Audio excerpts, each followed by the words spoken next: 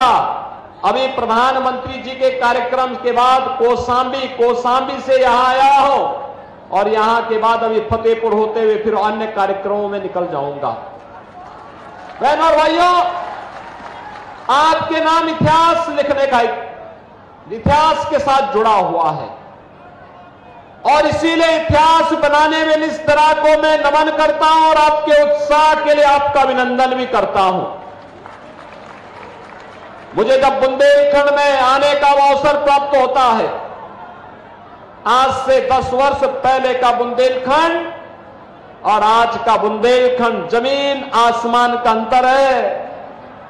याद करिए, 10 वर्ष पहले यहां माफिया हावी थे, खनन माफिया, भू माफिया, जंगल माफिया और यहां पर बेटी और व्यापारी की सुरक्षा के लिए खतरा बने हुए डकैतों का आतंक था, अराजकता थी। ये माफिया किसका संरक्षण प्राप्त करते थे? आज की जो ये समाजवादी पार्टी है ना, ये समाजवादी पार्टी, यही कांग्रेस इन माफियाओं के संरक्षक है। यही लोग इन माफियाओं को यहां से जनप्रतिनिधि चुन करके भेजते थे और फिर ये लोग जनता का खून चूसने का काम करते थे, यहां का शोषण करते थे, यहां के संसाधनों पर डकैती डालते थे। प्राकृतिक संसाधनों से भरपूर हमारा बुंदेलखंड बदहाल क्यों बना? पलायन का दंश क्यों झेलना पड़ा नौजवानों को? किसानों को आत्महत्या को करना पड़ा? बेटी और बहनें पानी के लिए क्यों तरसती थी? क्यों उनको 2-2, 4-4, 5-5 मील जाकर के अपने सिर पर मटकी ले जाकर के पानी लाने के लिए मजबूर होना पड़ता था? क्यों नहीं यहां की कनेक्टिविटी बेहतर हुई? क्या नहीं है बुंदेलखंड में? क्या नहीं था यहां पे? सब कुछ तो है। लेकिन बहनों और भाइयों, 10 वर्ष में आपने बदलते हुए बुंदेलखंड को देखा है और अभी तो ये शुरुआत है, शुरुआत। बुंदेलखंड की बारी तब आने वाली, बुंदेलखंड फिर से देश को लीड करेगा, नेतृत्व देगा।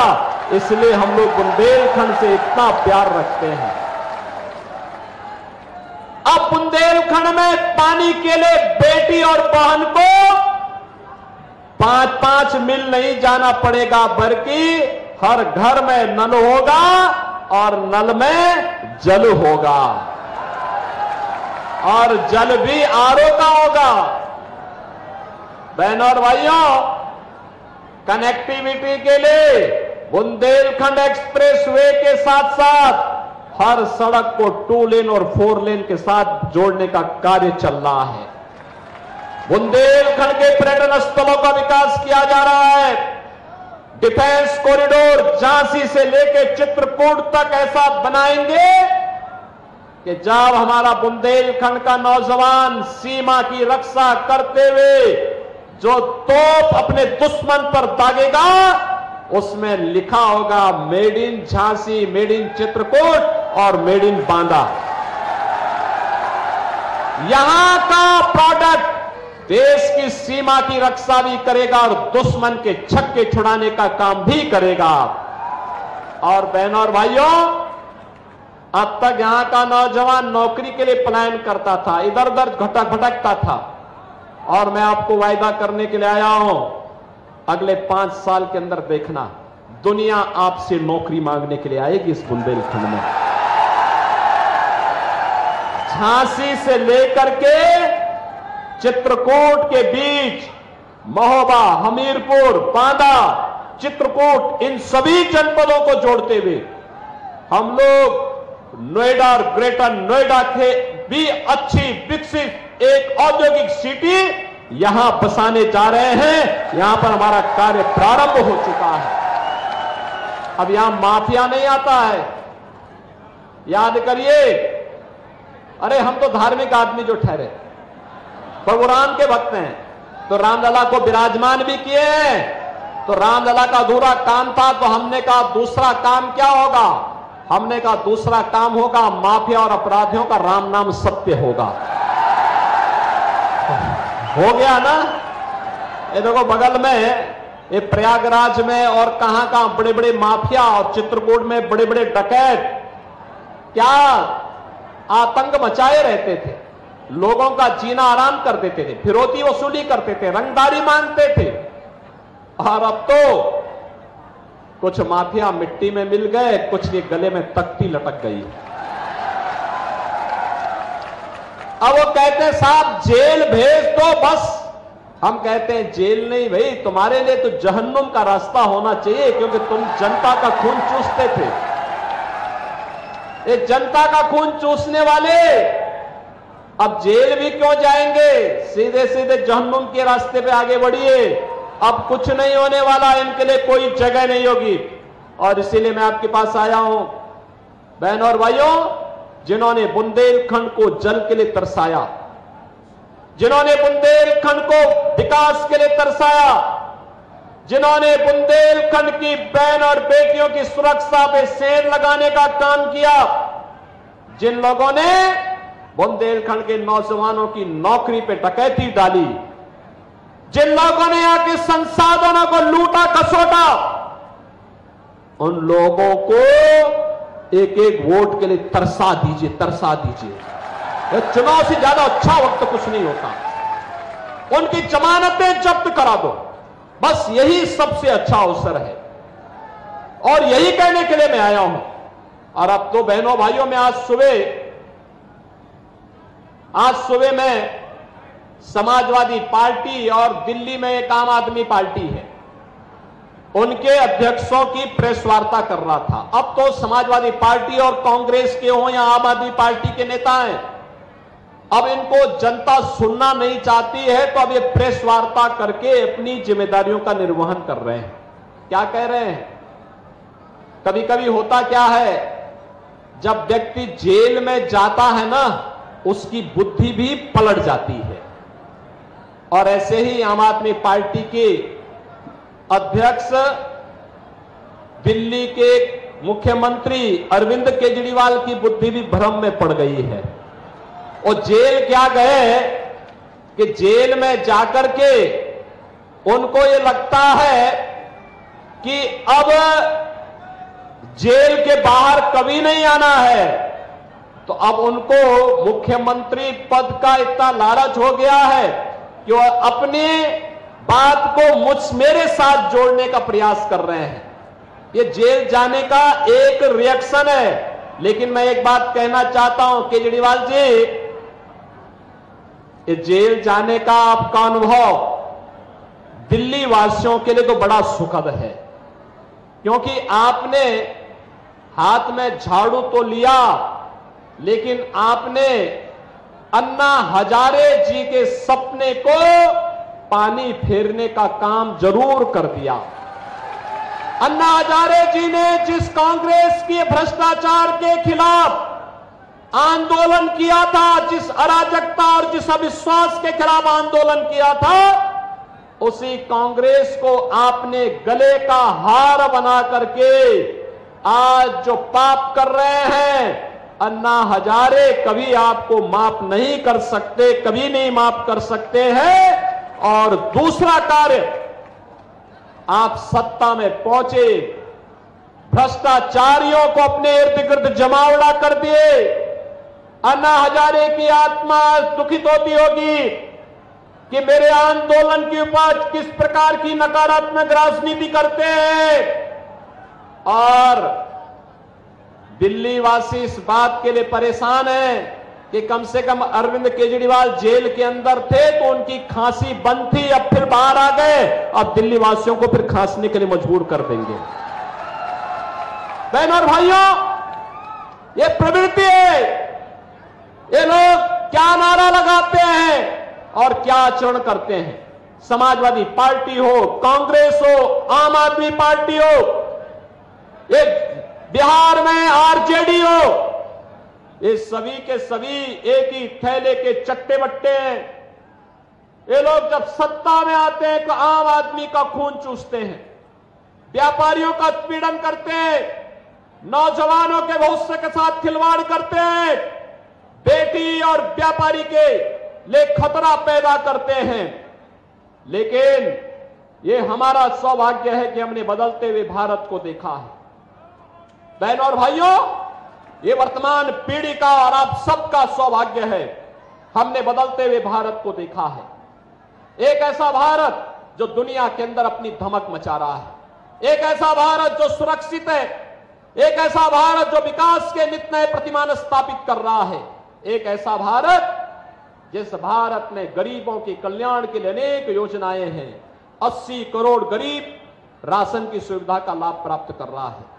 60 करोड़ गरीबों को 5 लाख रुपए की स्वास्थ्य बीमा उपलब्ध हो रही है। 50 करोड़ गरीबों के जनधन अकाउंट खुल गए हैं। 12 करोड़ किसानों को किसान सम्मान निधि लाभ मिल गई है। 12 करोड़ नागरिकों के घर में, जनता के जन घर में एक शौचालय बन गया है।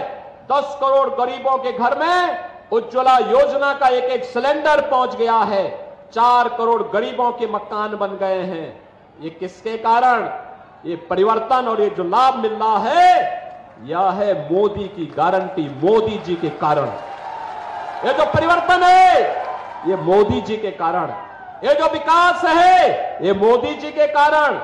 ये जो भारत का दर्शन, हमने भारत का दर्शन कर रहे हैं, यह भी मोदी जी के कारण। और इसलिए बहनों और भाइयों, मोदी जी ने कहा है 70 साल से ऊपर का जो भी बुजुर्ग होगा उसको हर वर्ष 5 लाख रुपए की स्वास्थ्य बीमा की सुविधा उपलब्ध करवाएंगे। घोषणा, कार्य शुरू।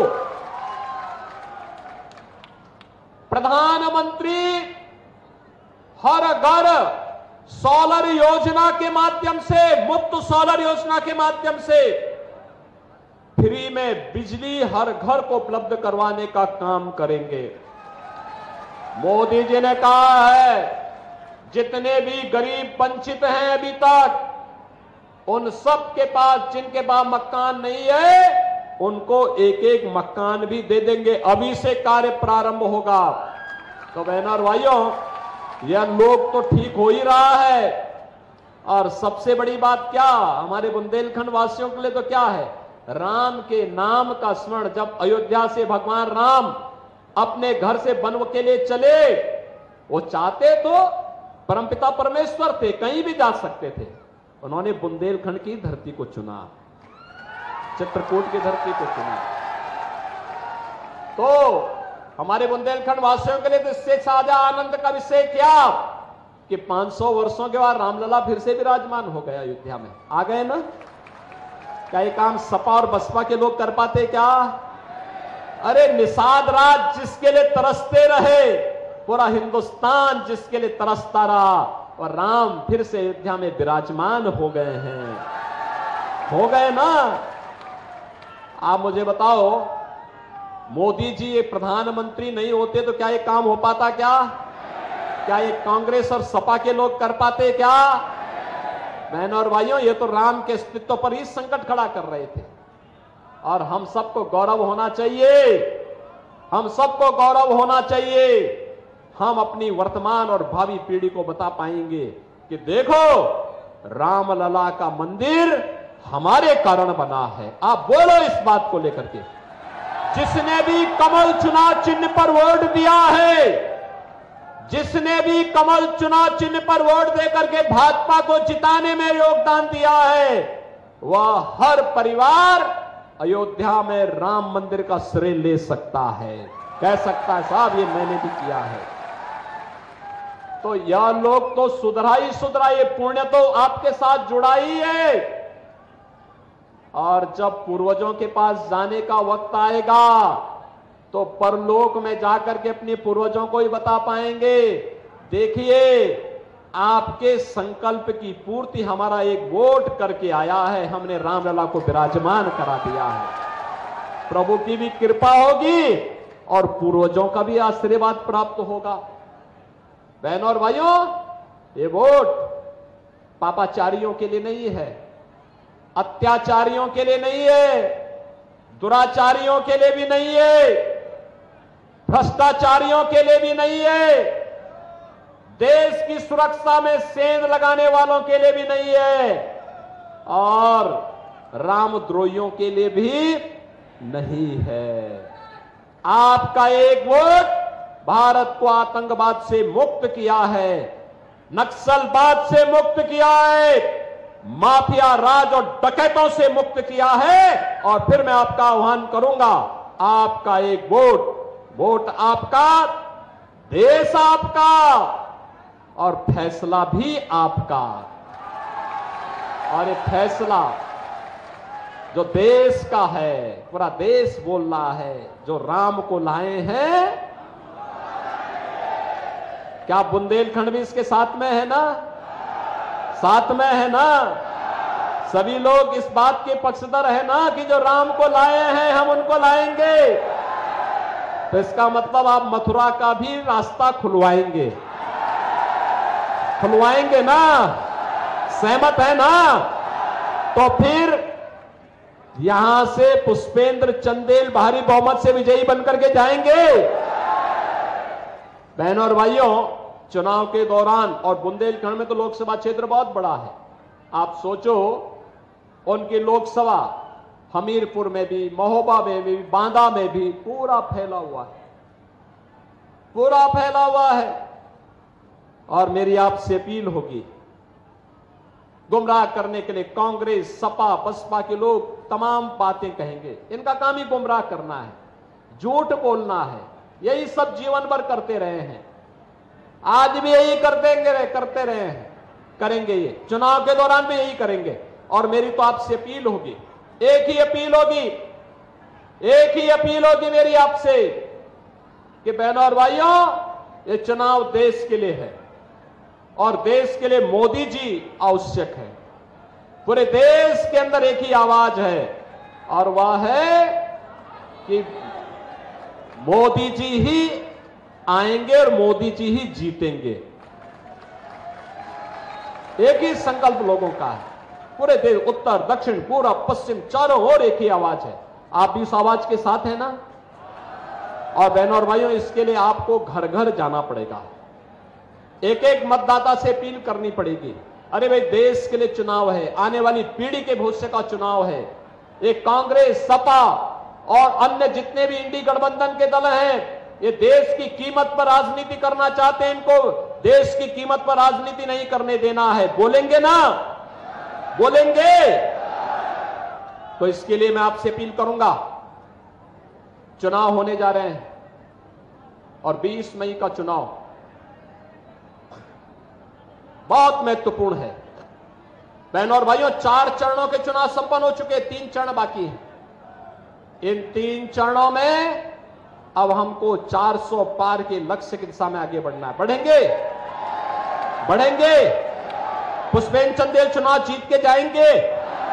तो मेरे साथ बोलेंगे, भारत माता की, भारत माता की, भारत माता की जय श्री राम, जय जय श्री राम।